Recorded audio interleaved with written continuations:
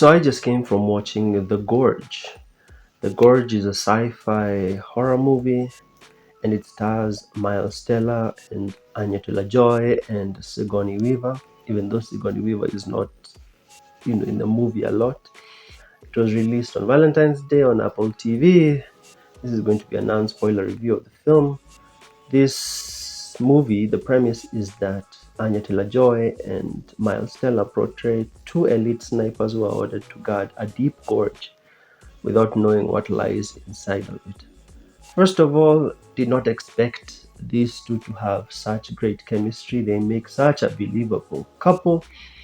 First time I saw Miles Teller, I took note of how good he is as an actor was in Whiplash. I think I also saw him in Project X. Like back in high school when I watched Project X, he's in Project X. But I think the first time I really liked him and I noticed him as my favorite actors is in Whiplash. For Anya Taylor-Joy, the first time I saw her and I noted her as a great actress was in Queen's Gambit. So in this film, they also do those references for drumming and chess, which I found to be pretty nice. This premise is pretty cool. This premise of a gorge, two watchtowers, lady here, guy here. I liked it. Even the way they communicated using this writing pads and some markers. Pretty cool. Pretty cool idea. It didn't go into generic land. That's what I liked about it.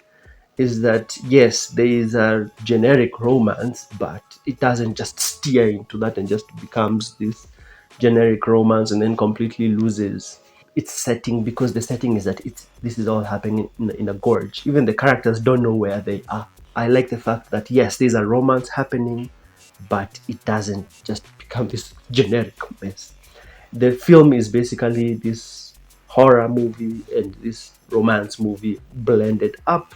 And the funny thing is this, right? When I was watching the film, I couldn't help but think of The Crow. The Crow from last year. The Crow from last year, I don't know if you'd classify it as horror really, but it's also kind of the same thing. You have a couple and then something horrific happens to them, right? It's not the same genre, but you get what I'm trying to go for. And it's funny how that film failed, absolutely failed. The Crow, how it failed miserably in trying to depict, two people coming together and forming a genuine relationship, versus here where they actually, in the end, Miles Teller and Anya Taylor-Joy, they actually make a believable couple that I actually ended up caring about. Now, I know some people are just going to say, well, this is a romance movie and it's more of a romance than a horror. But you see, this is the issue with some horrors, or let me say most horrors. Most horrors, they don't know how to create characters that you care about deeply, so that when bad stuff starts happening to them, you feel for those characters. You know what I'm trying to say. There are many horrors you watch, characters die and you're like, whatever. But here, when it first starts off more like a romance and then it goes into horror. So when the horror elements begin, you really care about what happens to these two. Obviously, there are only two main characters. So one issue is that I felt like they have plot armor. Even when they're in trouble, I never really feel like they are going to die.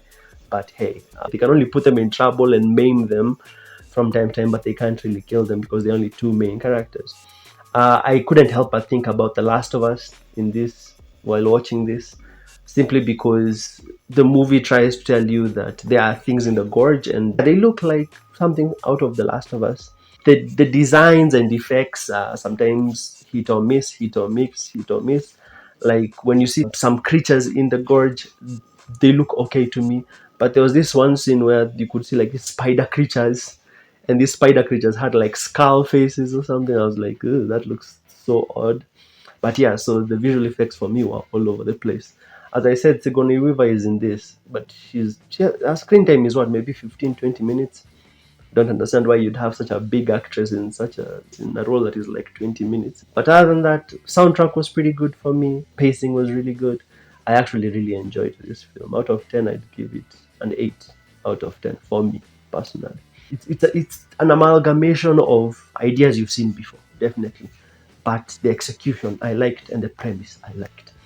If you've enjoyed this review, make sure to smash like and subscribe. If you watched The Gorge, please tell me what you thought about it. I actually really enjoyed it. I was never bored. The story was a bit convoluted, a bit.